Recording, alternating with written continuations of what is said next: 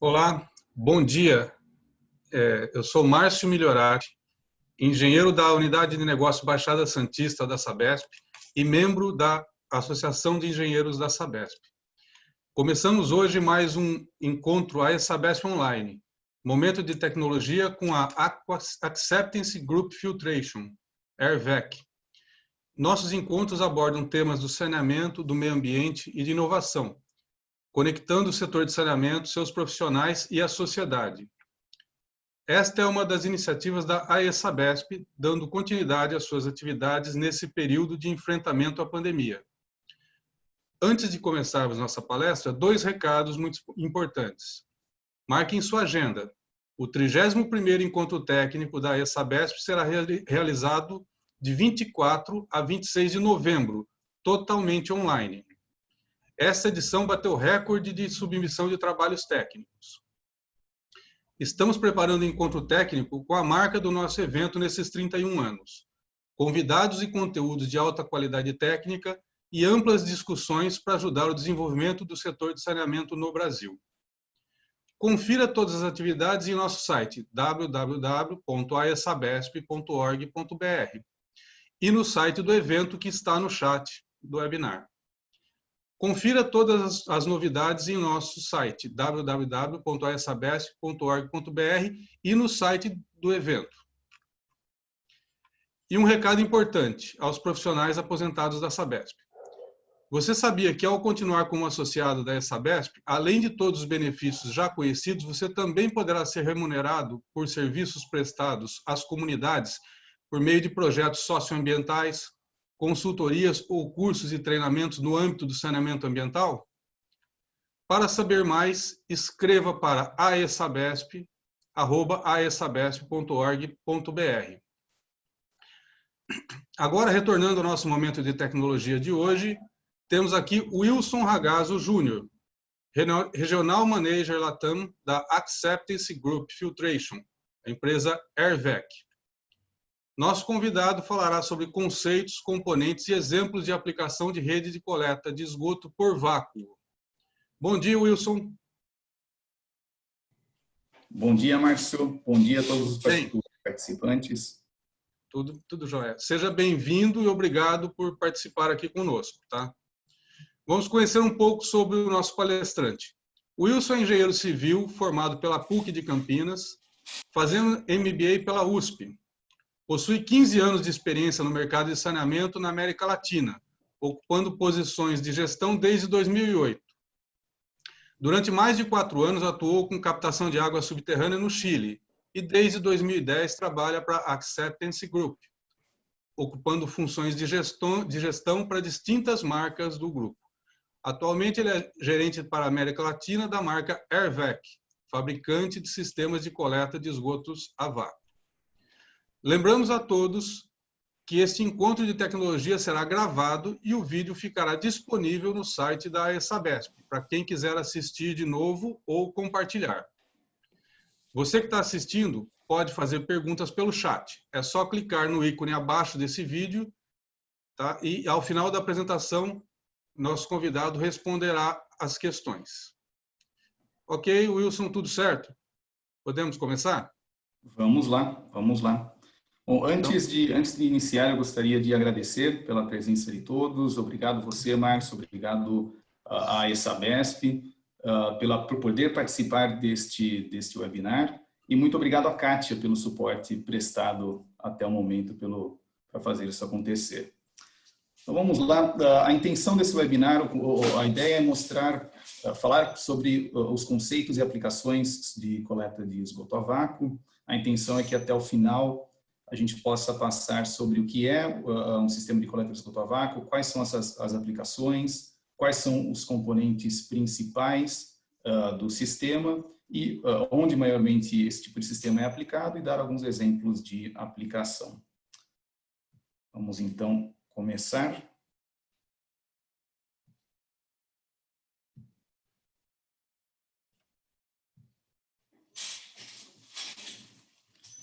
Tela compartilhada aí, Márcio. Podemos ir? Positivo, Wilson, tá? Tudo bem. Pode começar. Vamos lá. Então, apenas para conceitualizar onde a Airvac está inserida. A Airvac é uma marca, como comentou o Márcio, de um grupo que se chama Acceptance Group. Acceptance é um grupo formado por várias marcas que atuam com tecnologia, equipamentos e sistemas para tratamento e coleta de efluentes e filtragem industrial. As marcas do grupo são Johnson Springs, DM, Passavant, Noguerat e Geiger. Todas essas, então, atuam com separação de sólido líquido, tratamento de águas e efluentes. E nós temos uma divisão de tecnologias de vácuo, onde estão duas marcas, a Airvac e a Rodiger. Tá? A Airvac atua maiormente nas Américas e Oceania, e a Rodiger na Europa e Ásia. E os mercados que nós atuamos com tecnologias de vácuo são municipal, redes municipais, aviação, transporte e sistemas indoors para edifícios. Vamos lá, com essas duas marcas, a Airvac e a Rodiger, a Acceptance tem aproximadamente 2.000 instalações municipais, sendo líder, então, nesse tipo de sistema de coleta de esgoto a vácuo em todo o mundo. Vamos falar um pouquinho da história, de onde vem o sistema de coleta de esgoto a vácuo. Então, primeiro, os sistemas eles apareceram na Europa por volta de 1870, em Praga e Amsterdã. Aqui a gente vê uma imagenzinha, um croquis desses primeiros sistemas. Ele foi patenteado nos Estados Unidos em 1888. Depois a tecnologia foi introduzida no mercado pela Electrolux Company, a mesma Electrolux hoje em dia.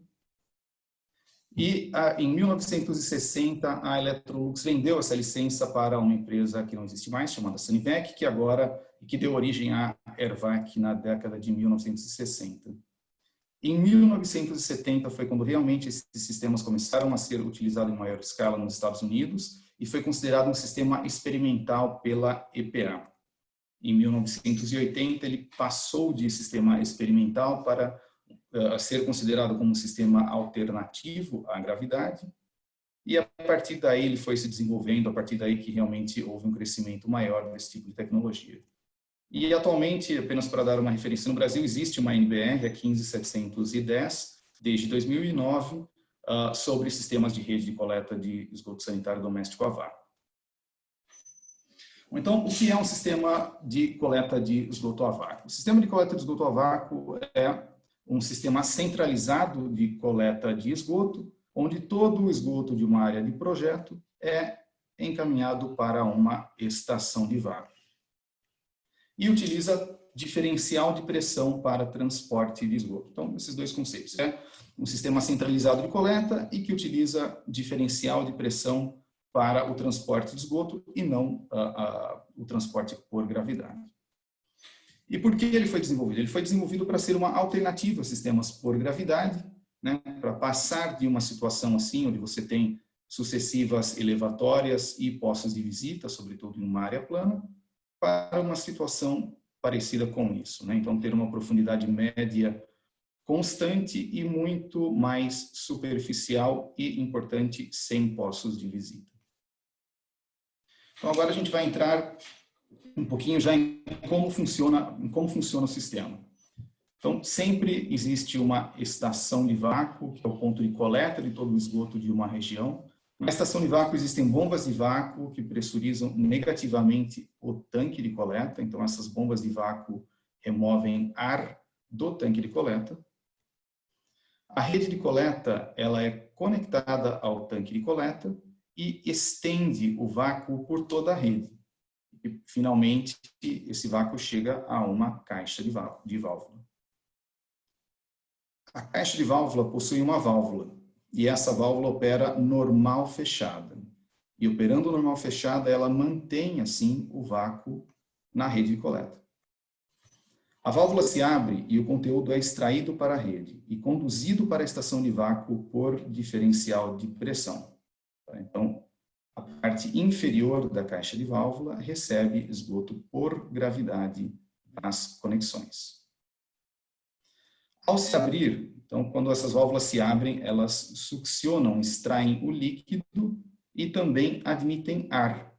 Quando ar é admitido ao sistema, os níveis de vácuo do sistema se reduzem. e a estação de vácuo, então, liga as bombas de vácuo quando atinge um mínimo de 16 polegadas de mercúrio e desligam quando atingem um máximo de 20 polegadas de mercúrio. Isso para sistemas até 2020. Sistemas mais atuais já contam com variadores de frequência e uma nova lógica de operação e mantém esses níveis de vácuo de maneira constante a 18 polegadas de mercúrio. Agora a gente vai começar a falar de quais são os principais componentes do sistema. São 3 componentes. Primeiro, as caixas de válvula. Segundo, a rede de coleta. E, por último, a estação de vácuo. Então, a caixa de válvula é o elemento que recebe o esgoto das conexões. Ela aloja a válvula de vácuo e ela é a interface entre pressão negativa, que está na rede, e tudo que está por pressão positiva, que é a alimentação por gravidade. E ela tem 2 câmaras, a câmara superior e a câmara inferior. E elas são separadas por uma barreira sólida, então uma barreira física. Então a câmara superior aloja a válvula de vácuo, a câmara inferior recebe o esgoto por gravidade. Como opera a caixa de válvula? Então o esgoto é recebido na câmara inferior. Aqui a gente vê uma tubulação simulando uma alimentação por gravidade. Quando 40 litros são acumulados nessa parte inferior da caixa, o ar fica comprimido no tubo sensor de nível. Então, o líquido aumenta de nível. Este tubo aqui central é o tubo sensor de nível. À medida que o líquido aumenta de nível, o ar se comprime. O ar comprimido atua o controlador da válvula, que aciona, que permite que a válvula se abra. A válvula, então, se abre. O vácuo da rede tem acesso ao tubo de extração, que é este tubo que nós vemos aqui. O líquido é extraído e a válvula permanece aberta para admitir ar ao sistema. O sistema ele é dimensionado para conduzir aproximadamente 1/3 de líquido e 2/3 de ar. Então, sempre tem muito ar se movimentando no sistema, isso ajuda a condução dos líquidos pelo sistema. E, posteriormente, a válvula se fecha. E agora a gente vai ver um vídeo de como dessa operação em funcionamento. O líquido sobe, a válvula se abre, extrai o líquido e isso funciona de maneira constante. Eu vou pausar um pouquinho aqui os vídeos, só para fazer um detalhinho importante da gente ter como conceito. Então, a válvula, ela atua, ela é uma interseção, né? Então, tudo que está à direita da válvula, nesse ponto, está por pressão negativa. O que está à esquerda da válvula está operando por pressão positiva. Então, a válvula é o que faz esta separação. Ela opera normal fechado. Quando ela se abre, a pressão negativa tem acesso à câmara de coleta e succiona o líquido para a rede. Outro ponto importante de dizer aqui também é que, deixa eu apagar isso, é que a válvula ela não precisa de eletricidade para funcionar. Ela atua com o vácuo da rede. Tá? Então, quando o nível sobe, neste tubo sensor de nível, ele atua o controlador, ele move um pequeno diafragma no controlador e esse diafragma permite que o vácuo da rede, que está sendo tomado por este ponto aqui, ele tenha acesso à câmara posterior da válvula. E é o vácuo que succiona, que levanta, que movimenta a válvula. Tá? Então, vácuo movimenta a válvula, depois o mesmo controlador recebe ar atmosférico de um respiro na caixa de válvula e o ar atmosférico anula, então, o vácuo e a válvula se fecha com a ajuda desta mola. Então, isso é um ponto importante, que em cada caixa de válvula dessa não é necessário um ponto de alimentação elétrica. Todo o sistema é operado, ou as válvulas são operadas com o vácuo da rede. Um pouquinho de detalhe sobre as caixas de válvula. A gente tem maiormente duas opções de caixa de válvula. Uma que é uma peça completa em polietileno, uma outra que é feita em 2 partes, uma parte inferior em polietileno, uma parte superior em fibra de vidro. Claro que essas janelas aqui são apenas janelas de inspeção, tá? Isso aqui é tudo fechado, é um elemento completamente fechado. E muito importante, que também comentei nos slides anteriores, a câmara superior ela é completamente separada da câmara inferior. Todas as caixas têm um anel anti-flutuação, servem até 4 conexões e existem várias profundidades disponíveis dependendo da profundidade de chegada da conexão de alimentação por gravidade. Então, quanto maior é a distância da caixa de válvula de uma conexão, então a tubulação por gravidade que se conecta nesse ponto da caixa de válvula vai chegar mais profunda e a gente precisa então de caixas de válvula com essa parte inferior mais profunda. Eu vou mostrar isso no slide seguinte. E as caixas, elas têm classificação para tráfego segundo a norma H20, sem que seja requerido uma estrutura externa para que ela suporte este peso. Tá? Então, aqui um exemplo dos tamanhos disponíveis de caixas de válvula. Então, quando a caixa está instalada próximo às conexões, então a gente pode usar uma caixa bem pequena, que tem a entrada de esgoto a 1,14 m, e à medida que a distância entre a caixa de válvula e as conexões vai aumentando, a gente tem caixas mais estendidas, que na verdade o que aumenta é só essa parte inferior, para permitir uma altura, aqui uma profundidade de alimentação mais profunda. Então, ainda falando da caixa de válvula, a gente vai entrar e falar um pouquinho sobre a válvula de vácuo. A válvula de vácuo ela tem um ciclo típico de abertura de 3 a 5 segundos, esse é o tempo de válvula aberta. Então, normalmente tem de 2 a 3 segundos de ar. Então, de 3 a 5 segundos, um tempo disso é ar, em 5 segundos, em 2 segundos a gente extrai o líquido, em 3 segundos é ar que está sendo introduzido para dentro do sistema.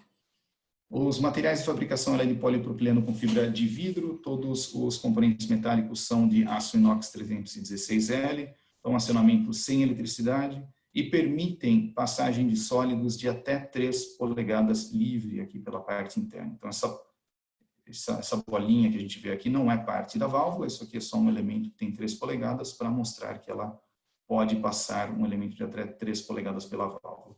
Então, qual é o conceito? O conceito por trás disso é que todo sólido que possa ser introduzido por um vaso sanitário, que a válvula tenha a capacidade de extrair estes sólidos da caixa de válvula. Tá? Então, fralda, lenços umedecidos, panos, garrafa quebrada ou garrafa de alumínio amassada. Então, isso tudo que alguém consegue colocar por um vaso sanitário, a válvula vai conseguir extrair da caixa de válvula. Então, a caixa de válvula ela chega em campo para instalação sem perfuração naquela parte inferior para receber as alimentações por gravidade. Dependendo da posição da caixa, você faz, as perfurações são executadas então em obra, isso que a gente vê nesse vídeo, com uma serra-copo. Se perfura a caixa de válvula e se instala um anel de borracha para fazer a vedação. E, posteriormente, são conectadas as entradas por gravidade na câmara inferior da caixa de válvula. Além daquele típico modelo caixa de válvula, que é utilizado mais para conexões residenciais, nós temos uma caixa de maior tamanho, que chamamos de tanques buffer. Nada mais é que um tanque maior e que permite uma acumulação maior de líquidos na parte inferior, enquanto a válvula faz vários ciclos para evacuar, então para eliminar, para succionar esse líquido da parte inferior. O funcionamento é o mesmo, um tubo sensor, um tubo de extração, uma separação entre a parte superior e a parte inferior. E ele pode ter uma ou duas válvulas, aqui a gente vê com 2 válvulas, e nesse caso é um exemplo de tanque em concreto e que não tem aquela separação. Outro ponto importante do sistema de vácuo são as entradas de ar. Como eu falei antes, quando a gente viu a válvula, o sistema succiona os líquidos conectados e também inserem ar dentro do sistema. E esse ar, nós queremos que ele não venha das casas, né? Você não quer tirar o sifão das casas, ele tem que vir de um ponto específico, uma entrada de ar específica. E existem 2 formas para fazer isso. Então, ou uma entrada individual, em que cada conexão tem uma entrada de ar com uma tubulação de 4 polegadas. Então, isso é o que a gente vê, uma entrada de ar, esse é o ponto de entrada de ar. Ou uma entrada por cada caixa de válvula, uma tubulação de 6 polegadas, ligada direto à caixa de válvula e não à tubulação de alimentação. e isso permite fazer uma ventilação por cada caixa de válvula. Então, os sistemas mais recentes, os sistemas mais antigos utilizam maiormente esse tipo de entrada de ar, os sistemas mais recentes têm utilizado então, uma entrada de ar direto na caixa de válvula. E por último, na caixa de válvula, o último elemento da caixa de válvula é uma mangueira flexível, uma conexão flexível.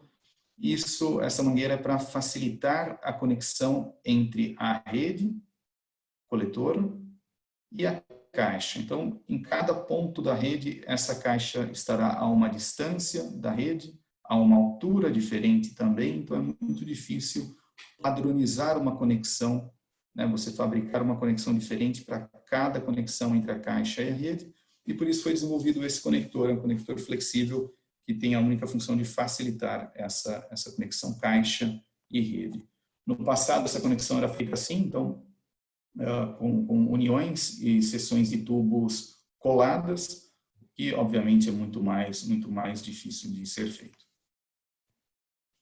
E uma vez instalado isso, esse é o resultado final, isso que a gente vê numa caixa de válvula, uma câmara superior que aloja a válvula de vácuo, o acesso a essa câmara superior então se dá pela tampa em ferro fundido, a gente tem modelos de tampa de ferro fundido que tem fechamento, e ela pode então ser instalada em via de tráfego, isso é o que a gente vê aqui nessa imagem da direita, e quando ela vai instalada em via de tráfego, a gente recomenda um anel de concreto superior. O anel não é estrutural, né, apenas para impedir uma deformação aqui na parte superior da caixa, que começa a ter força horizontal nessa parte superior da caixa de válvula.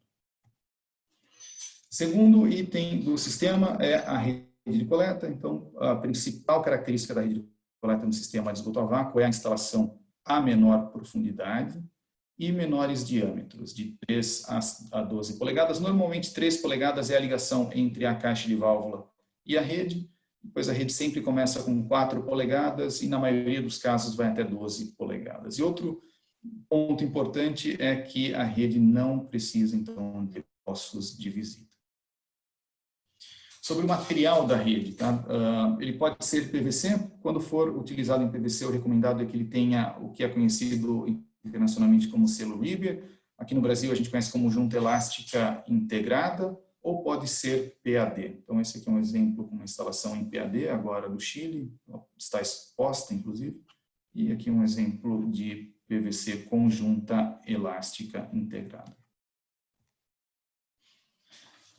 Sobre as conexões em uma rede de coleta. Então, sempre que existe uma conexão entre um ramal e uma rede principal, nesse ponto a gente usa um Y, tá? Um P nunca deve ser utilizado, e a conexão ela se dá sempre pela parte superior, ou no máximo em uma rotação de 45 graus, que é o que a gente vê aqui nesta foto. Então, a gente sempre quer descarregar uma rede sobre a outra. A gente sempre quer descarregar um ramal sobre uma rede principal de coleta. E o motivo para nunca utilizar um T é porque toda a rede está com pressão negativa, então se você chega com um líquido com um T, ele tende a se distribuir de maneira uniforme para os dois lados da rede, então a gente encaminha esse líquido com a utilização de um Y.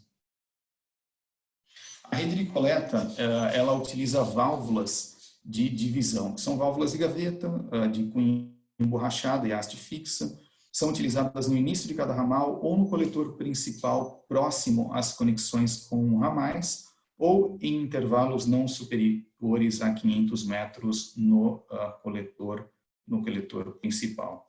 Então isso é um layout do que a gente veria sobre a instalação das válvulas de divisão. As válvulas de divisão são esses elementos pretos que a gente vê aqui no desenho. Então aqui está a instalação de vácuo. Sempre que então que existe uma divisão, vai uma válvula de divisão. Aqui outra divisão, uma válvula de gaveta. Então sempre assim. A intenção disso é poder determinar, em caso exista uma perda de vácuo, qual é o ponto da rede que está contribuindo com esse sistema, e em caso de uma eventual manutenção, você consegue fechar uma rede, isolar uma determinada área para fazer manutenção. Isso aqui é interessante vamos falar sobre o perfil da rede. O perfil da rede de coleta, ela não é completamente horizontal, mas ela usa um perfil que nós chamamos de dente de serra, um perfil que foi patenteado pela EVAC em 1978. Então, você começa com a rede a uma profundidade, se aprofunda com uma inclinação, nós vamos ver isso no próximo slide, e depois volta a subir, retornando à profundidade inicial. A função desse tipo de perfil é criar bolsões aqui, que você acumula o líquido na parte inferior, e a parte superior, ela nunca fica completamente cheia, mas ela permite uma passagem de ar. Então, isso é como se fosse um sifão ao contrário, você quer sempre uma passagem de ar livre na parte superior da tubulação e ao ar que transporta, que conduz o vácuo. Então, tendo esse tipo de perfil, você assegura que o vácuo gerado pela estação de vácuo está se conectando com as caixas de válvula por todo o sistema. Então, isso são alguns exemplos de perfil dente de serra, quando o transporte é no mesmo nível.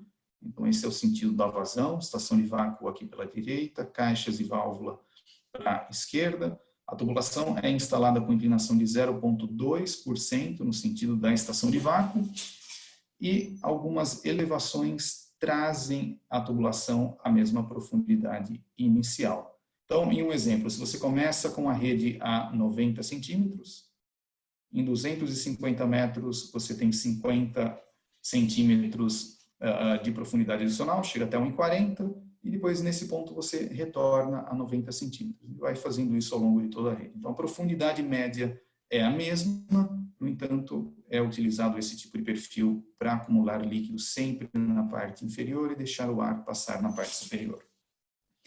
Para transporte ascendente, ou seja, um sistema de vácuo permite transpor diferenças topográficas, você consegue subir com o líquido, tá?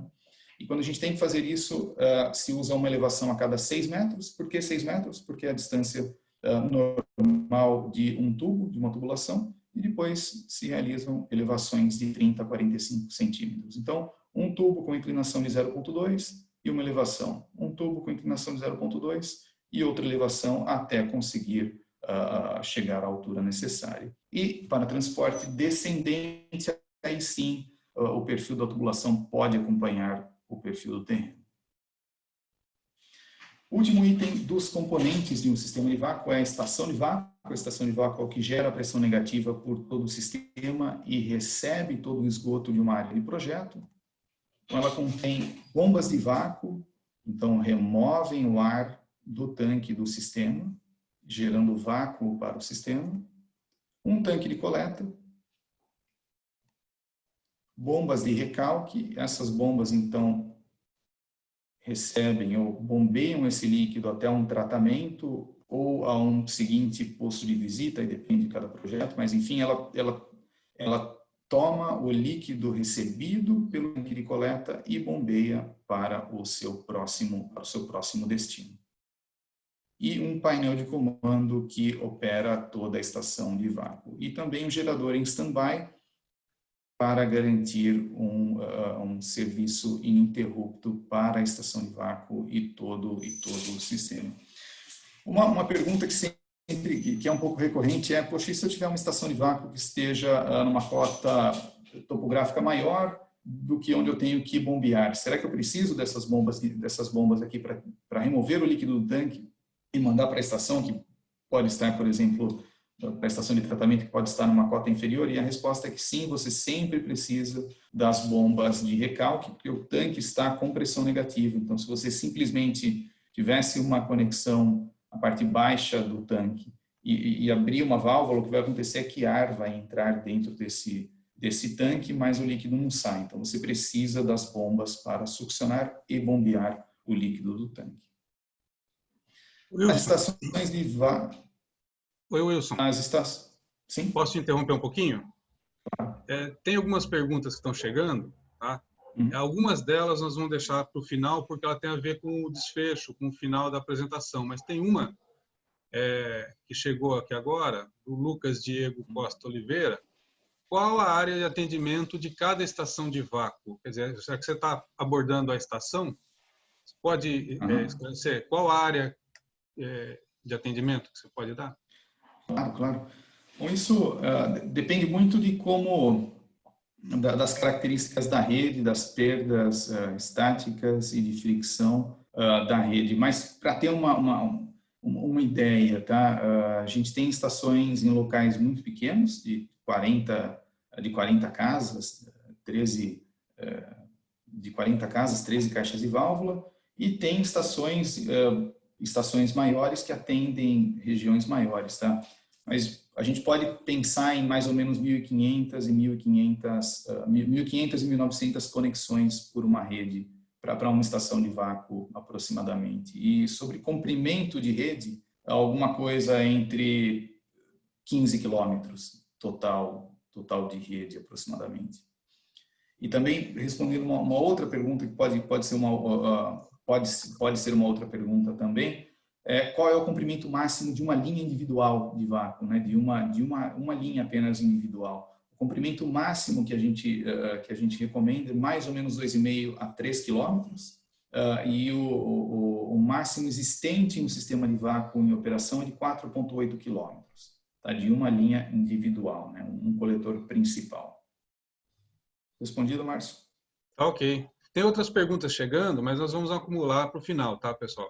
É que essa daqui estava bem no tema do slide, tá? Ok, Márcio, se tiver algumas outras também que Sim, no meio do tem caminho outras sim que eu achar vou pertinente, me avisa, tá? Tá A ok. gente interrompe. Então, as estações de vácuo, elas, então, a maioria dos casos, para quem nós temos algumas menores, que são soluções mais compactas, mas a partir de 500 conexões, elas são sempre dadas exclusivamente para cada projeto. Elas são montadas em fábrica e colocada em operação para testar o ponto de trabalho na fábrica, depois ela é desmontada e enviada para a obra em skids, né? Então é um skid com bombas de vácuo, outro com o tanque, normalmente com o tanque com as bombas, ou o tanque separado e as bombas em outro skid, para diminuir o número de conexão a ser realizada em obra. E aí ela pode ser posicionada na estação de vácuo. A estação de vácuo, ela então coleta todos os gases do sistema. Então as bombas de vácuo estão succionando os gases, isso tudo chega na estação de vácuo, e esses gases podem ser enviados a um biofiltro para controle de odor. Então, o que a gente vê aqui, essa piscina com chips de madeira, na parte de baixo ela tem uma tubulação que distribui os gases coletados para controlar o odor na estação de vácuo. Esse exemplo da direita é um biofiltro com carvão ativado que está dentro do edifício da estação de vácuo, também para controle de odor. Então, esse é um ponto interessante também de falar. Então, o sistema de vácuo, como ele não tem ossos de visita, ele não gera odor. Todos os gases são coletados na estação de vácuo e você consegue, se necessário, controlar esse odor na estação de vácuo. Alguns exemplos de estação de vácuo. Esse é um exemplo de Jurerê Internacional, no Brasil, do edifício da estação de vácuo. E esse é um exemplo em Sarasota, nos Estados Unidos. O interessante desse exemplo, tá?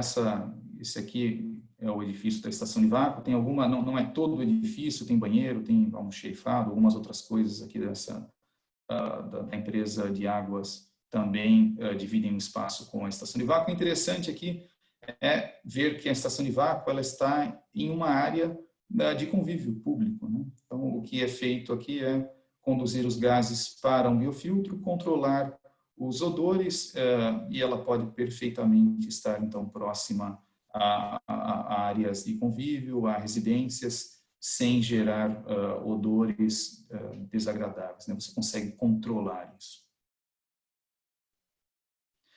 Então, agora a gente sai dos componentes e entra um pouco para as aplicações do sistema de vácuo, algumas vantagens e, no final, alguns exemplos de aplicação. Então, onde maiormente ele é aplicável? Em locais com alto nível de lençol freático, pela capacidade de ter tubulações instaladas, então, a menor profundidade. Em locais com topografia plana, ou locais, áreas com solo instável ou rochoso. Todos esses pontos estão relacionados, então, à facilidade de ter escavações de menor profundidade e tubulações mais superficiais. Então, todas essas vantagens estão relacionadas a esse ponto. Então, não tem estações elevatórias, não tem postos de visita e uma tubulação instalada a menor profundidade.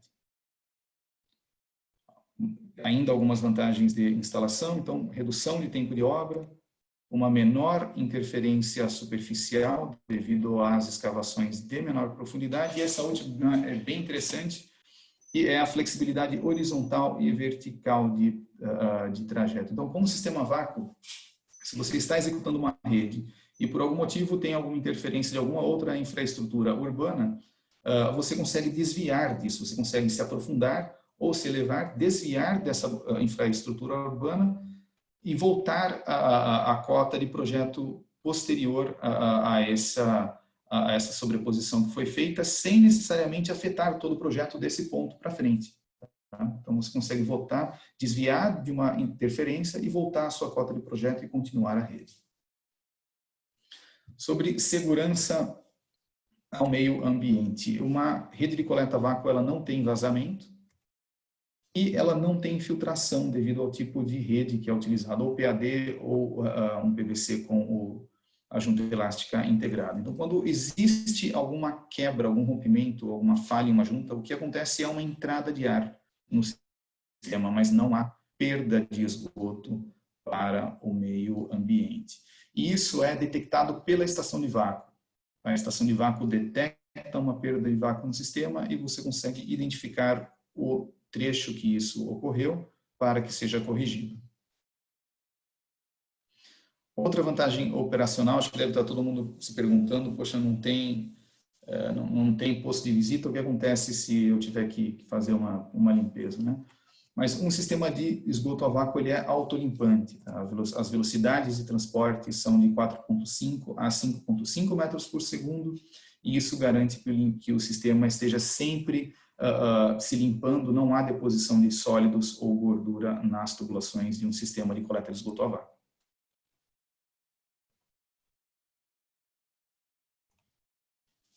Ainda algumas vantagens operacionais, não há contato com esgoto bruto, então toda a manutenção das válvulas, em caso necessário, é realizado pelo acesso na tampa superior da caixa de válvula, e como existe uma barreira física entre a parte superior da caixa de válvula e a parte inferior, então não há contato com o esgoto bruto para um evento de manutenção. Todos os gases são coletados pela estação de vácuo e, portanto, não há exposição ao gás sulfídrico. E, normalmente, uma estação de vácuo ela substitui de 6 a 7 estações elevatórias em uma área plana.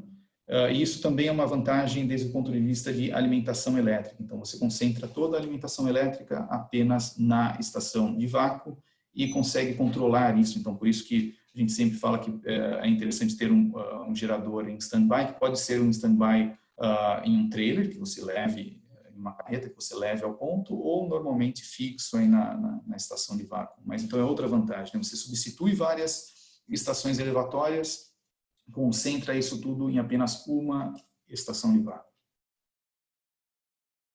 Então, um gerador em stand-by fixo ou móvel para dar um serviço contínuo à estação de vácuo, sem postos de visita, e esse último aqui também é interessante, o sistema pode operar em áreas sujeitas a alagamento sem maiores problemas, sempre quando as entradas de ar do sistema forem dimensionadas para que estejam em uma cota superior à cota máxima, ao nível máximo de alagamento. Então, não tem postos de visita, a parte superior da caixa de válvula ela está separada da parte inferior. Estas águas, né, as águas de uma região sujeita a alagamento, não vão ingressar no sistema de coleta de esgoto.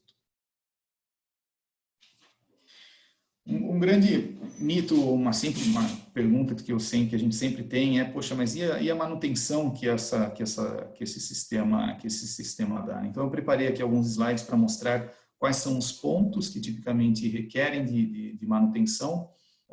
O primeiro ponto é a válvula de vácuo. A válvula de vácuo ela requer uma manutenção a cada 15 anos. Isso no passado não era assim, a válvula foi sendo evoluída, foi sendo melhorada ao longo dos anos. O modelo atual de válvula requer um intervalo de manutenção a cada 15 anos. Quando isso é feito, você consegue realizar essa manutenção sem remover a válvula do ponto de instalação. Então, a válvula ela é instalada com 2 pontos aqui de conexão, né? Um ponto vai para a caixa de válvula e o outro para a rede. Quando é necessário uma manutenção, a manutenção é feita desrosqueando este corpo superior. Aqui existe uma rosca, você desrosqueia esse ponto superior, troca os elementos internos e a válvula volta a estar então em operação. E essa válvula, esse evento de manutenção ocorre uma vez a cada 15 anos. Então, alguns pontos que foram melhorados ao longo do tempo é o diafragma autolubrificado da válvula e o pistão agora com assento de borracha. Outro ponto que requer manutenção é o controlador. O intervalo de manutenção é uma vez a cada 10 anos. Esse controlador também foi sendo melhorado ao longo dos anos. Ele tem alguns selos na parte interna, eu tenho um corte aqui, então ele tem algumas câmaras internas, e entre essas câmaras existe alguns selos de borracha. Uma vez a cada 10 anos, então ele tem que ser desmontado, trocar os selos de borracha e colocar o controlador em operação novamente. Uma nova característica desse novo controlador também é que ele tem uma pequena alavanca na parte inferior que permite o ajuste de tempo de válvula aberta, tá? De maneira bem simples e sem a necessidade de alguma ferramenta especial para isso. Tá? Isso já entra um pouco mais em detalhe da operação do sistema, mas as válvulas que estão mais distantes da estação de vácuo, a gente costuma deixar ela com mais tempo de válvula aberta, e essa assim é a maneira que a gente faz nesse controlador. Outro ponto de manutenção é o respiro interno da caixa de válvula, que também requer um intervalo de manutenção a cada 10 anos. E o outro ponto é a estação de vácuo. A estação de vácuo, o único item que é um pouco diferente é a bomba de vácuo. A bomba de vácuo, no passado, ela requeria um pouco mais de manutenção. Os modelos atuais requerem uma manutenção que é basicamente uma troca de óleo a cada 20.000 horas. Isso dá 4 ou 5 anos de operação. E depois, mensalmente, verificar filtro de entrada na bomba de vácuo, a cada 3 meses verificar nível de óleo, 6 meses limpeza, mas a manutenção realmente importante é a cada 20.000 horas de operação dessas bombas, que dá 4 anos e meio, 5 anos de operação das bombas de vácuo. E tenho também alguns dados históricos de manutenção para apresentar. Nós operamos alguns sistemas nos Estados Unidos. Esses dados são de um sistema em operação em Sarasota, por 3 anos de operação, 2017, 18 e 19. Esse sistema atualmente tem 4.000 caixas de válvula instaladas, com 8.800 ligações conectadas no sistema. Então, o que a gente vê aqui é o número de chamados. Esses aqui são os chamados de manutenção não programadas por ano. Então, no ano de 2019, a gente teve 219 chamados. Mas o importante aqui nessa planilha é isso, essa é a métrica que a gente persegue, tá? Que é o tempo médio de chamados de manutenção, com resultado em válvula por chamado em anos. Tá? Então, isso é o resultado da divisão do número de válvulas pelo número de chamados. Então, se a gente dividir 4.038 por 2019, dá um intervalo de chamado de 18,4 anos para cada válvula em operação. Isso quer dizer que cada uma dessas válvulas, com os dados de hoje, apresentam um chamado de manutenção por falha a cada 18,4 anos. Tá? Então, esse sistema ele tem também uma referência, ele tem 9 estações de vácuo, e a equipe que opera o sistema são 4 pessoas, um supervisor e 3 operadores. Também outra pergunta, outro mito, digamos, que a gente tem é que um sistema de vácuo ele sempre ele consome muita energia elétrica, porque até hoje a gravidade, até hoje pelo menos a gravidade ainda é grátis, né? Mas o fato é que em um local plano você precisa de várias estações elevatórias, né? Então você tem um consumo alto de energia elétrica no final também. Então eu separei aqui alguns exemplos de instalação só para a gente ver como se comporta o consumo em quilowatt-hora por ano de alguns sistemas. Então, o que a gente vê é que sempre, quanto maior o número de ligações, então esse dado aqui de 341 kWh por ano por ligação, é para um sistema de 302 ligações. Com 2.000 ligações, esse número baixou para 184 kWh por ano, e para 9.000 ligações para 110. Então, normalmente, quanto maior o sistema, mais conexões, melhor você aproveita uma estação de vácuo, esse número vai diminuindo, tá? Sendo cada vez menor. Claro que em algum momento isso vai se estabilizar, diria que mais ou menos próximo a isso, mas essa é a tendência. Maior o sistema, menor o consumo por ligação.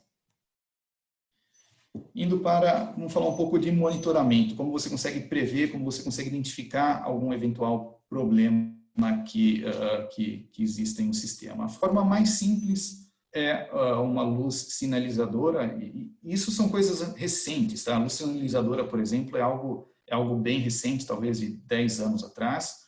Todos os sistemas que operam desde 1970, a maioria opera sem um sistema de monitoramento, porque as falhas são realmente muito raras, tá? E o controlador é feito para falhar com a válvula aberta. 99% das falhas se dão com a válvula aberta, então isso não gera um problema para o usuário, mas você detecta isso na estação de vácuo e consegue identificar o ponto. Mas, de qualquer forma, existem sistemas de monitoramento. A forma mais simples é com uma luz sinalizadora de válvula aberta ou fechada, que vai instalada no terminal de ar. Ela se ativa quando existe um fluxo de ar por mais de 15 segundos, então 15 segundos com ar passando por ela é um sinal de que a válvula está aberta, ela não está se fechando, e essa luz aqui começa a piscar, e claro que a estação de vácuo também vai indicar que existe uma perda de vácuo no sistema. Ou o outro gatilho para acionar a luz de alerta é um alto nível de líquido no tanque de coleta. Então, se tem um nível alto no tanque de coleta, ela vai começar a piscar também.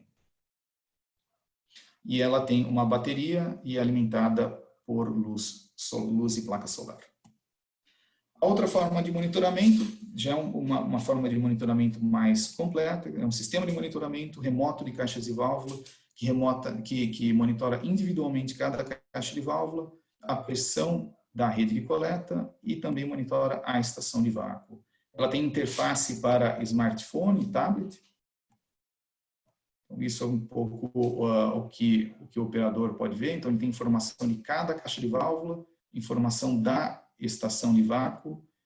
E nas caixas de válvula, ele monitora o número de ciclos, o tempo de cada ciclo de válvula, o nível dentro do tanque, se a válvula está aberta ou fechada. Monitora a operação da estação de vácuo, com nível de vácuo, bombas em operação, nível de tanque, motores, etc. E gera alarmes que são customizados e gráficos de operação, de tendências de operação. E além do sistema de monitoramento, com o sistema de monitoramento, então você vê o que acontece. Tá? Ele não atua, mas você vê o que acontece em todo o sistema, você monitora o sistema. O Smart System é um passo além disso. Tá? Ele monitora a dinâmica do transporte de esgoto na rede e com o uso de inteligência artificial ele atua para manter uma máxima eficiência no sistema. Então, o que ele faz? Ele monitora a pressão de rede em vários pontos da rede e na estação de vácuo. Quando ele começa a detectar que existe uma rede que o nível de vácuo começou a baixar, é que essa rede pode ter algum problema, um nível excessivo de líquido dentro da rede que está afetando que o vácuo da estação de vácuo chegue até as caixas de vácuo, as caixas de válvula, e o sistema então começa a atuar, ele começa a abrir válvulas, ele aumenta a pressão de vácuo no sistema e começa a abrir válvulas em alguns pontos da rede para permitir que esse líquido que eventualmente esteja saturando uma área de tubulação, ele seja conduzido para a estação de vácuo. Então, ele atua na estação de vácuo modulando a velocidade das bombas em algumas válvulas ao longo da rede de coleta. E mantém os níveis de vácuo ideais em fim de linha. Então, esse sistema ele mantém a eficiência do sistema sempre em nível máximo. Bom, o que normalmente é necessário então para fazer um layout de um sistema e uma eventual estimativa de custo? Tá? Então, a gente sempre precisa de um desenho de um local de implantação, um mapa topográfico digital seria o ideal, e informação de vazão máxima instantânea. E com isso a gente entrega sem custo um layout do sistema, informe técnico, estimativa de custo de investimento e também custo de operação e manutenção. Então, quanto custa aquelas manutenções que eu mostrei antes a cada 15 anos, a cada 10 anos, qual é o preço do kit de reparo, qual é o consumo de eletricidade, de energia elétrica do sistema, tudo isso a gente entrega com uma estimativa de custo, tá? E qualquer tipo de informação suplementar requerida. Agora a gente já está chegando mais na parte final, apenas mostrando alguns exemplos de aplicação. Esse primeiro é em Jurerê Internacional, aqui no Brasil, em Florianópolis, Santa Catarina. Ele teve 2 fases de implantação, primeira fase em 2003, segunda fase em 2007. É um sistema que tem uma estação de vácuo e 65 válvulas ao longo de toda a rede. Então, nesse caso, a rede está instalada, as caixas de válvula estão instaladas na calçada e foi utilizado um terminal de ar individual por cada conexão. Então, aqui uma caixa de válvula e aqui um terminal de ar. Outro exemplo, Ocean Reef Club nos Estados Unidos, em Key Largo. Também um sistema já um pouco antigo, desde 2002, com uma estação de vácuo e 175 caixas de válvula. O interessante nesse sistema é que, obviamente, é uma área bastante plana, próxima ao mar. Um ponto interessante, a estação de vácuo está nesse ponto, deixa eu ligar aqui o laser. A estação de vácuo está aqui neste ponto. O interessante é que o sistema coleta de algumas ilhas nessa região e a transposição das pontes se dá com o vácuo. Então a rede sai da ilha, passa por baixo das pontes e essa rede chega até a estação de vácuo sem que seja necessário então bombeamento em cada uma dessas ilhas para transpor as pontes. Também na região de Key Largo, na Flórida, mas agora para a empresa que faz a distribuição de água, que faz o serviço de água e esgoto da região. O sistema é instalado desde 2006 a 2011, contém 9 estações de vácuo e 3.684 válvulas em operação, servindo a 12.800 conexões. Então, na foto da esquerda, a gente vê a estação de vácuo que está dentro, uma estação de vácuo que está, de fato, dentro da área da estação de tratamento de esgotos. Aqui já é o comecinho do primário da estação de tratamento de esgotos.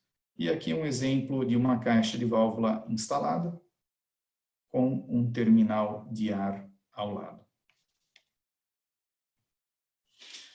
Outro exemplo de aplicação é em Chetumal. Chetumal é a capital do estado do Quintana Roo, no México. Quintana Roo é o estado onde fica ali a Riviera Maya, no México. Esse exemplo é completamente diferente de Jurerê, por exemplo, ou mesmo daquele Ocean Reef Club, que era um condomínio. Então, a rede foi construída antes do local ser habitado. Aqui, é o contrário, é uma cidade existente, a parte baixa da cidade, o centro da cidade, a parte mais antiga, baixa da cidade, não tinha um sistema de esgotamento sanitário, operava com fossas sépticas. E em 1997 foi instalado um sistema de coleta de esgoto a vácuo, então, para coletar o esgoto de toda essa região baixa da cidade. Então, esse local tem 2 estações de vácuo com 158 válvulas em operação e opera até hoje em dia. Outro exemplo no México, em Mahahual. Mahahual é uma cidade de praia também nesse setor no estado de Quintana Roo. Sistema instalado em uma cidade também existente, operando desde 2002, com uma estação de vácuo e 84 caixas de válvula. O interessante aqui desse sistema é ver a profundidade aqui de escavação, então bastante superficial. Então, e a gente vê aqui que uma vala com um pouco mais de 50 centímetros, menos de 1 metro, já tem água aqui na parte do fundo da vala, né?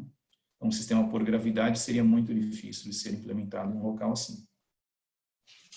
Outro exemplo de instalação também no México, esse na cidade do México, em uma região que se chama Xochimilco. Xochimilco é uma região do México que foi em que um lago foi ocupado por várias ilhas artificiais. Essas ilhas artificiais foram feitas já na época pré-hispânica para cultivo de alimentos, e hoje muitas dessas ilhas artificiais têm habitantes, foram ocupadas.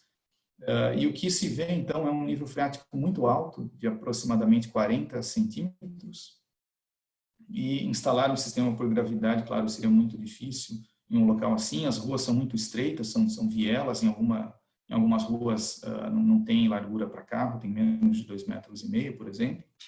E aí foi instalado um primeiro sistema em uma ilha, que é uma estação de vácuo, um sistema bem pequeno. Essa é uma estação de vácuo já pré-montada, então, que vem com tanque, bombas de vácuo e bombas de esgoto, bombas de vácuo e bomba de esgoto, atendendo a 13 caixas de válvula. Perdão, são 13 caixas de válvula atendendo a 40 casas aproximadamente. Outro exemplo de aplicação, Palm Island. Aqui em Palm Island é um sistema da Rodiger, não é um sistema Airvac, é um sistema Rodiger, que é parte do grupo. Então, aqui desde 2007 em operação, uma estação de vácuo e 1.200 caixas de válvula em operação. E nesse sistema, esse sistema contém 40 quilômetros de rede em operação, em uma estação de vácuo. É um dos maiores sistemas em operação no mundo. Acho que poderia dizer que é a maior estação de vácuo em operação atualmente no mundo. Tá? Agora, alguns exemplos de obras em execução. Essa no Paraguai, na cidade de Assunção, com uma estação de vácuo e 75 válvulas em operação. Uma estação de vácuo, aqui olhando uma foto aérea, a estação de vácuo fica neste ponto, aqui é o Rio Paraguai, e ela vai dar serviço a esta região. O interessante aqui também nesse projeto é que a ilha, essa ilha vai receber casas, o esgoto então sai da ilha, passa por baixo da ponte, essa ponte que a gente vê na foto, se conecta com o coletor principal e chega à estação de vácuo. Então o interessante aqui é essa transposição do rio, né, sobreposição do rio, com essa tubulação passando por baixo da ponte sem que seja necessário um bombeamento aqui na ilha. Essa obra está em execução, deve entrar em operação nos próximos meses. Outro exemplo também de obra em execução, em um local que se chama Caleta Tortel, bem ao sul do Chile, na região dos fiordes, com uma estação de vácuo e 170 válvulas em operação. Também é um projeto bastante típico, bastante único. Essa cidade ela não tem ruas, ela tem apenas essas passarelas de madeira, então instalar um sistema por gravidade seria bastante difícil.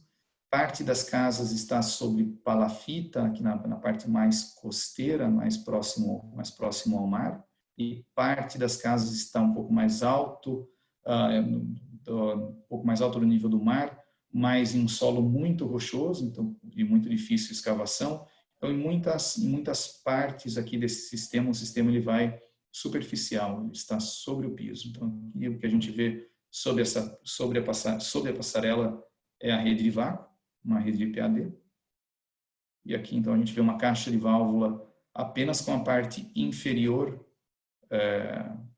sobre o piso, a parte superior vai ficar sobre o piso, depois vai uma proteção de madeira aqui, e a rede será instalada sobre o piso também. O vídeo que eu queria mostrar para vocês é que nós temos um aplicativo, a Airvac tem um aplicativo que pode ser baixado por qualquer um, ele está disponível na loja tanto da Apple como para Android. Esse aplicativo ele tem informação sobre soluções de problema para dar suporte, então, à manutenção e operação, tem datasheets, casos de estudos e algumas informações adicionais. Então, convido a quem tenha o interesse de conhecer um pouco mais, de baixar o aplicativo da Airvac. Márcio, isso é tudo. Aqui eu deixo tudo que eu tinha para mostrar. Aqui eu deixo os meus contatos. Quem quiser aí escanear o QR Code, aí já sai direto os contatos aí para quem quiser escanear com um smartphone.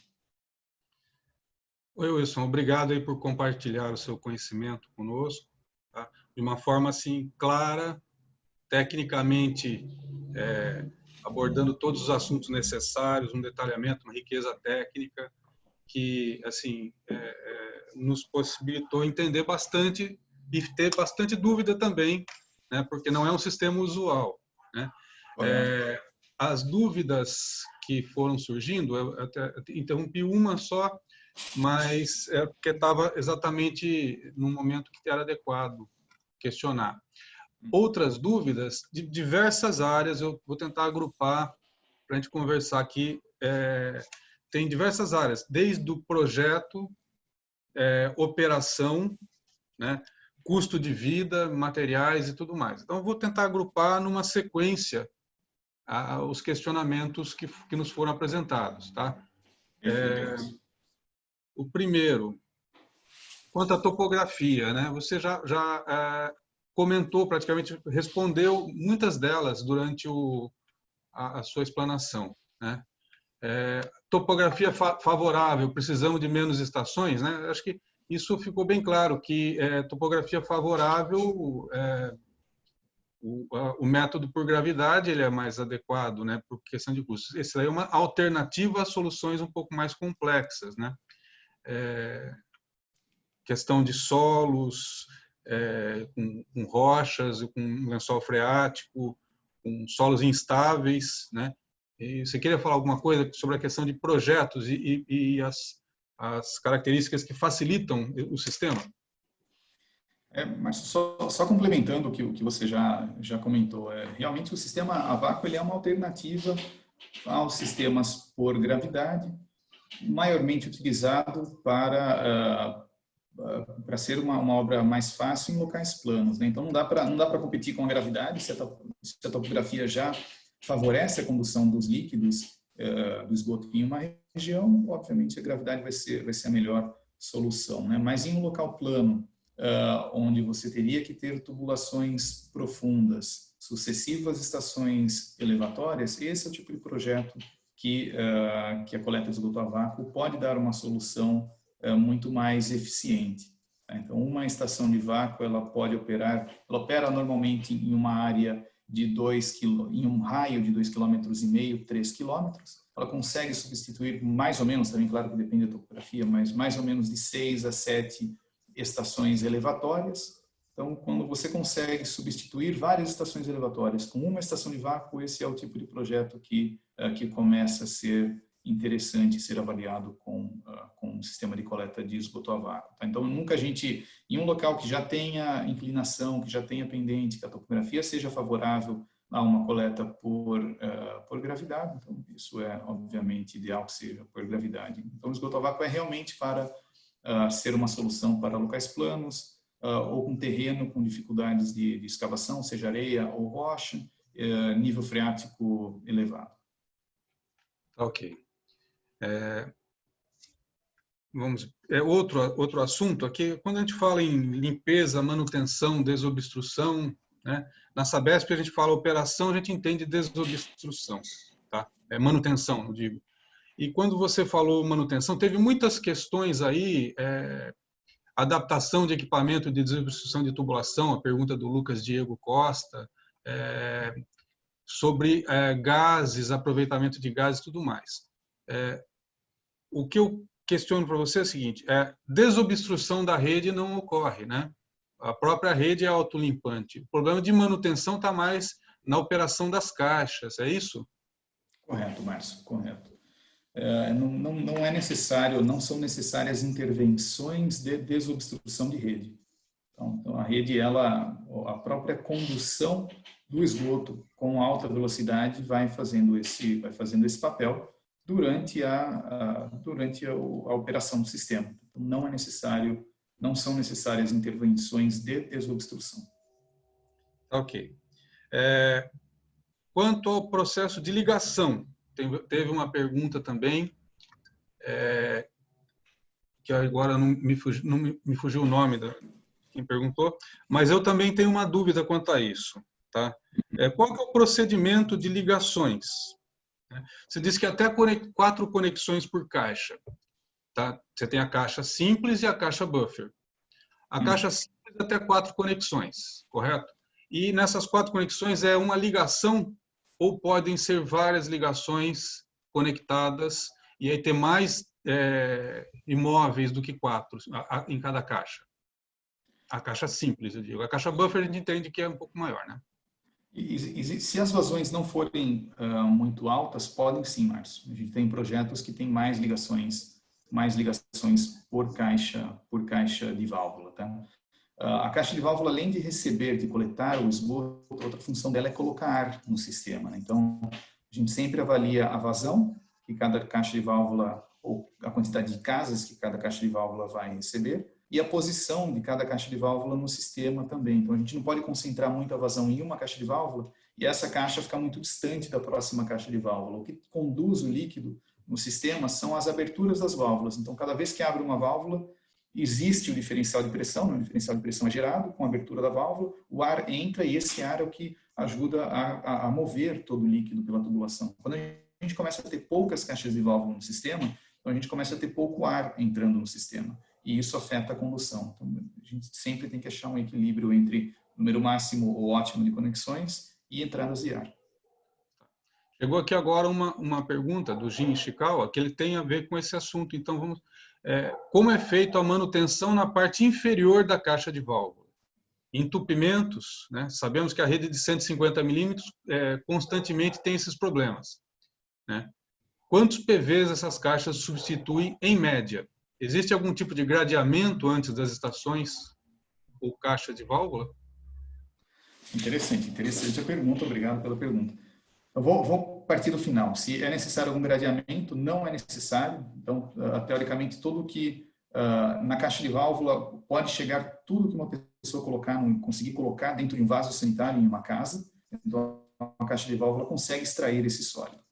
E na estação de vácuo, as bombas que são utilizadas são bombas que permitem passagem de sólidos de até 3 polegadas. Então, tudo que entra pela válvula, a bomba de esgoto vai ser capaz de remover do tanque. Então, não é necessário um gradeamento no sistema. Você precisa depois de um peneiramento na estação de tratamento de esgoto, né? Mas na rede de coleta não é necessário. Mas as outras perguntas foram quantos PVs, né? Ela substitui, eu acho que eu não vou saber responder, mas um sistema de esgoto a vácuo não tem PV, então você só tem essas caixas de válvula, uma regra assim alta é uma caixa para cada 4 casas, mais ou menos. Então, não sei se vocês conseguem fazer uma relação de quantos PVs você substitui dessa forma, mas essa é uma regra. Então, uma caixa aproximadamente para cada 4 conexões. E aproveitando, como é feita a manutenção na parte inferior de obstrução? A parte inferior da caixa de válvula não precisa fazer conexão, ela é cônica e o tubo de sucção fica centralizado na parte inferior. Então, todos os sólidos são conduzidos para o tubo de extração. Mas, em caso seja necessária alguma supervisão, alguma manutenção na parte inferior, o que é realizado é que se extrai o tubo sensor de nível.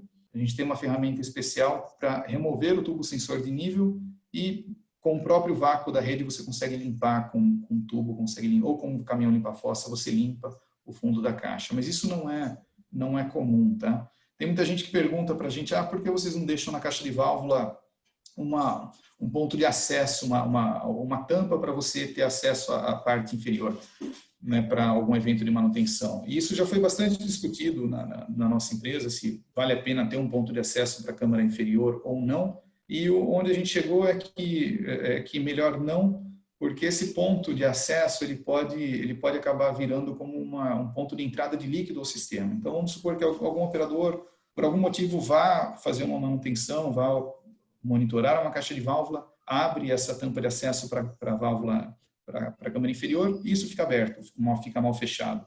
Como essa parte superior ela pode receber água de chuva, ela pode operar submersa em água, a parte superior da válvula, essa água pode ingressar no sistema. Então, é justamente isso que a gente não quer. Então, sempre que você vai fazer acesso, vai ter um acesso na parte inferior, você consegue puxar o tubo sensor. E eu recomendo baixar o aplicativo. No aplicativo tem um vídeo que mostra como é feita essa manobra de extração do tubo sensor. Então, o operador ele não precisa entrar dentro da caixa, você consegue fazer isso de pé, fora da caixa, com uma ferramenta especial. Você tira o tubo sensor e tem acesso à caixa, à câmara inferior. falando ainda de desobstrução na caixa de válvula, tá? Tem uma pergunta interessante do João Comparini, tá? No caso de lançamento indevido de absorventes, trapos, preservativos, ou seja, materiais sólidos no ramal, antes da caixa de válvula. É comum e isso tem algum procedimento para limpeza? Não, todos esses sólidos, eles são extraídos, tá? Então, fraldas, não sei, pedaços de panos, preservativo, lenços umedecidos, né, que agora são um grande problema nas redes aí mundo afora, tudo isso, caco de vidro, tudo que alguém conseguir colocar no vaso sanitário, a válvula vai extrair. Ok. Aí também no aplicativo, ainda não, os vídeos não, a gente está trabalhando em alguns vídeos novos, mas em breve a gente vai ter alguns vídeos da válvula extraindo esse tipo de sólidos também. E o procedimento para fazer novas ligações na caixa? Você vai ter que furar a caixa na lateral, colocar aquele anel de vedação. Você precisa parar todo o sistema para fazer esse procedimento? Tá. Normalmente, quando você instala uma caixa, você já deixa as perfurações feitas e traz a tubulação, esse ramal, até o ponto mais próximo das casas. Então, para não ter que mexer de novo na caixa de válvula. Uma vez que ela está instalada, a ideia é que você não precise novamente fazer uma perfuração na parte inferior da caixa. Então, você faz as tubulações, conecta e deixa as tubulações em uns pontos de arranque, digamos, onde você possa conectar cada casa na caixa posteriormente. Ou se você acha, por exemplo, tem um terreno que não está ocupado, mas ele pode vir a ser ocupado no futuro, você já deixa uma conexão próxima a esse ponto. Só lembrando que a parte inferior da caixa de válvula está a pressão atmosférica, né? Inclusive tem um suspiro, um tubo de respiração. Então, o ramal ele não está em pressão negativa, né? Se você tiver que fazer uma ligação, não teria que parar o sistema por causa disso, né? Não precisa parar o sistema. Quanto ao aperfeiçoamento de componentes, tem alguns questionamentos, né? Que você já respondeu na própria apresentação, né? Evolução tecnológica, o Carlos Santos fez vários questionamentos, tá? E uma delas fala sobre a evolução tecnológica em cima daquilo que a gente já conhece aqui no Brasil, que são os sistemas lá de Jurerê e tal, né? Tem alguma coisa mais que você quer comentar a respeito disso? Aperfeiçoamento de componentes? Não, Marcelo, acho que o único detalhe, além do que eu falei, é que o desenvolvimento, o aperfeiçoamento dos produtos é um ponto importante para a ERVAC. Tá? A gente tem uma equipe que trabalha em desenvolvimento, que é engenharia de produtos e desenvolvimento de produtos. Então, todos esses, a válvula, o controlador, a caixa de válvula, respiro, a própria estação de vácuo, elas vêm sendo aperfeiçoadas continuamente ao longo dos anos. Então, um sistema de 20 anos atrás é bem diferente de um sistema atual. E elas sempre, todos esses aperfeiçoamentos feitos no sistema são feitos com a única função de aumentar a confiança, a confiabilidade, aumentar a durabilidade e diminuir os intervalos de manutenção dos componentes. Ótimo. Aí outra pergunta também, agora com os materiais das tubulações, né? O fornecedor Tigre continua oferecendo a tubulação destinada à rede? Você pode usar PAD, pode usar juntas com anel de borracha? Como que é isso? Só dar uma esclarecida. No passado, quando foi feito o sistema de Jurerê Internacional, realmente a Tigre tinha uma linha de coleta de esgoto a vácuo. Hoje em dia ela não está mais disponível. Tá? Mas o importante, na verdade foi o único país que a gente conhece que tinha uma tubulação exclusiva para uso para coleta de esgoto a vácuo. Nos outros países onde a gente tem sistemas em operação na América Central, no México, nos Estados Unidos e outros países do mundo, o que se usa é PVC para distribuição de água com um anel de vedação integrado. Então, aqui no Brasil é a mesma coisa. O sistema no Paraguai, agora que a gente está instalando, está utilizando tubulação Tigre para esgoto pressurizado que tem um anel integrado, ou PAD. Então, pode ser das duas formas, mas eu não vejo que no futuro a gente venha a ter um fabricante fabricando uma linha exclusiva para coleta de esgoto a vácuo, quando você pode utilizar outras alternativas do mercado. Ok. Aí tem outra pergunta do Eloy Andrade. Nós podemos ter um sistema a vácuo trabalhando conjuntamente com um sistema tradicional, ou seja, utilizando elevatórias, associar sistemas tradicionais com a vácuo? Legal, legal a pergunta, Eloy, obrigado. Bom, isso é possível. Então, em alguns casos, a gente tem esse tipo de interface de um sistema a vácuo, coletar de uma área e depois ele bombear, a estação de vácuo bombear, então, para um PV existente ou para uma estação uma estação elevatória já existente. Então, você resolve uma área com esgoto a vácuo e depois coloca essa vazão num sistema já existente por gravidade. E tem o contrário também. Em alguns casos, a gente tem condomínios, por exemplo, uma determinada região que já tinha uma rede por gravidade e a gente coloca um tanque buffer daquele grande para fazer a interface entre o sistema por gravidade e o sistema vácuo. Então, a gente coleta essa parte por gravidade, integra isso no sistema vácuo e depois bombeia para o destino final. Está chegando outros questionamentos. Eu não sei se vai dar tempo de fazer todos aqui, tá? Okay. O que não der para ser respondido, a gente vai encaminhar para o Wilson. O Wilson entraria em contato, mandaria um e-mail, alguma coisa assim para responder Sim. Posteriormente, tá? Então, eu até elenquei uma série desde o início. Agora, as questões, eu estou tentando agrupar, porque tem várias questões que são várias pessoas perguntando o mesmo conteúdo. E agora o que chega no final é assim: custos de operação no ciclo de vida, custo de implantação e de operação, né? Os sistemas implantados aqui. Existe algum estudo realizado no Brasil comparando esses custos com outros sistemas? Você tem esse tipo de informação? Você apresentou aí a questão de custo de energia elétrica, né? E também uma equipe reduzida de operação e poucas desobstruções, né? Pouco serviço de manutenção. Isso tudo comparado, você tem algum trabalho de referência?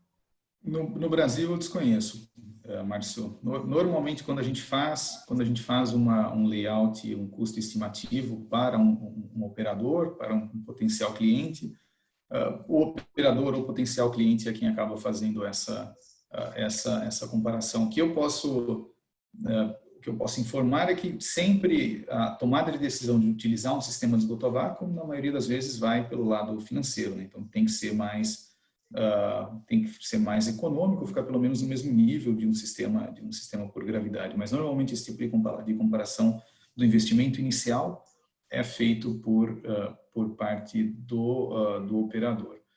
O que a gente sempre observa é que o ponto de viabilidade econômica ele começa a ficar cada vez mais favorável a um sistema de vácuo à medida que você começa a substituir mais elevatórias com uma estação de vácuo e quando começa o comprimento de rede começa a ser maior.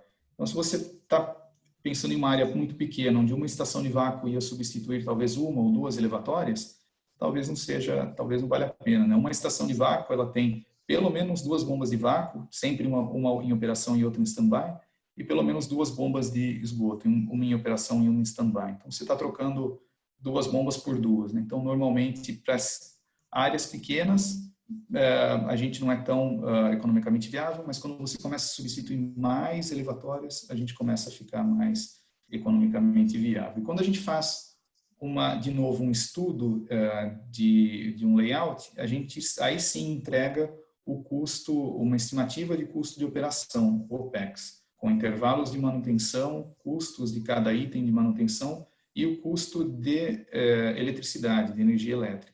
E entrega também as horas-homem necessárias ou estimadas necessárias para operar um sistema. Mas eu não tenho uma regra para dizer tanto as horas-homem por metro, por estação, é realmente para cada caso avaliado.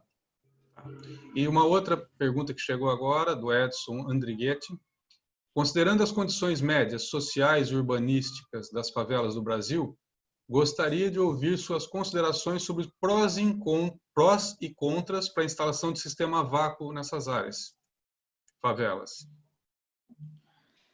Bom, primeiro que tem que ser Sempre tem que valer a pena, ou tem que ser uma alternativa, ou tem que ser um local onde um sistema por gravidade seria difícil de instalar. Então tem que ter algum ganho econômico. Tem alguns casos que a gente tem estudado que uma solução possível dada com o sistema vácuo em favela, ou seja, é uma grande solução pelo fato de ter escavações pouco profundas, né? Isso permite não afetar muito na viabilidade, na vialidade do local. Isso não afeta muito o ir e vir das pessoas, né? Mas eu não vejo nenhuma desvantagens ou algo que impeça a instalação de um sistema a vácuo em uma favela. Talvez até algumas vantagens. Tem alguns projetos que a gente tem utilizado, por exemplo, de casas projetos que a gente estudou sobre casas sobre palafitas, que a gente consegue colocar as caixas e válvulas né, na parte de baixo das casas, de maneira individual, então conectada. O próprio Tortel tinha algumas casas sobre palafitas. Então eu não vejo nenhuma desvantagem ou algo que impeça a utilização do sistema vácuo em uma região de favela. E uma última pergunta agora, do Carlos Santos, né? A ERVEC tem equipe de manutenção técnica e peças de reposição disponíveis aqui no Brasil, ou é necessário importar peças sobressalentes de reposição? Bom, atualmente nós temos um projeto em operação no Brasil. E esse projeto em operação, que é a Jurerê, eles importam as peças diretamente da ERVAC.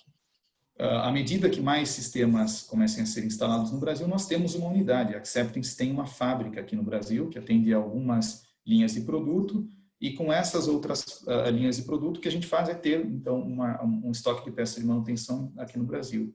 E é para aí onde nós apontamos. Então, à medida que a gente consiga que existam mais sistemas em operação no Brasil, que comece a ter um estoque de operação aqui no Brasil. E da mesma forma que a gente pode dar suporte para as outras linhas de produto da Acceptance no Brasil, com manutenção, também nós não temos hoje, mas nós podemos ter uma equipe de manutenção aqui no Brasil, da mesma forma que a gente tem para as outras linhas de produto. Hoje não temos porque não tem demanda, mas a partir do momento que tiver demanda, a gente tem escritório, tem fábrica aqui no Brasil instalada para isso.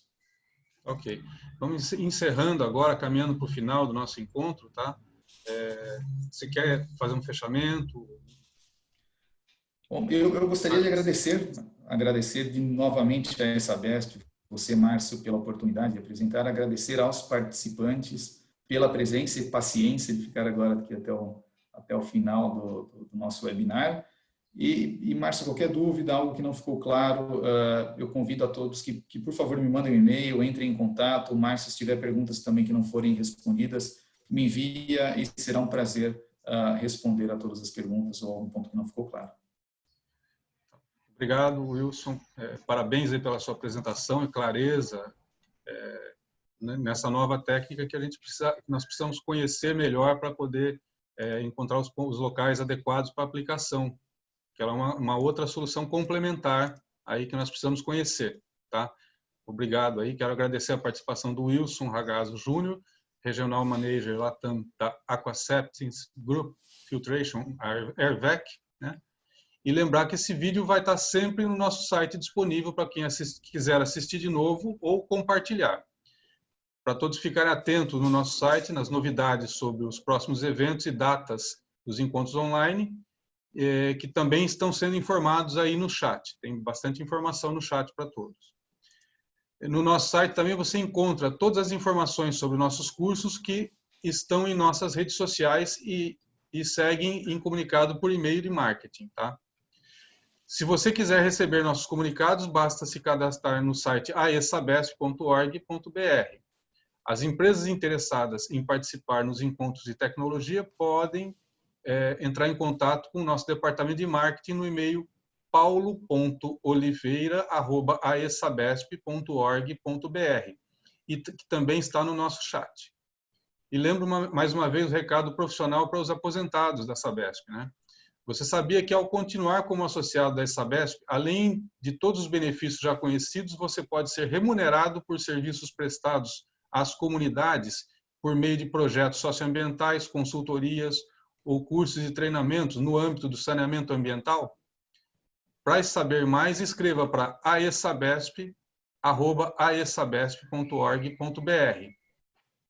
E no nosso site você obtém mais informações sobre o 31º Encontro Técnico da AESABESP, que acontecerá online de 24 a 26 de novembro, sobre nossos eventos AESABESP Online e todos os cursos disponíveis. Veja links no chat online. E também lembrando que o nosso próximo webinar, Momentos de Tecnologia, será amanhã, dia 12 de agosto, às 10 horas, falando sobre IoT e OCR. Não percam, o link para inscrições está no chat. Muito obrigado a todos, tá? E até mais. Obrigado. Tchau, tchau.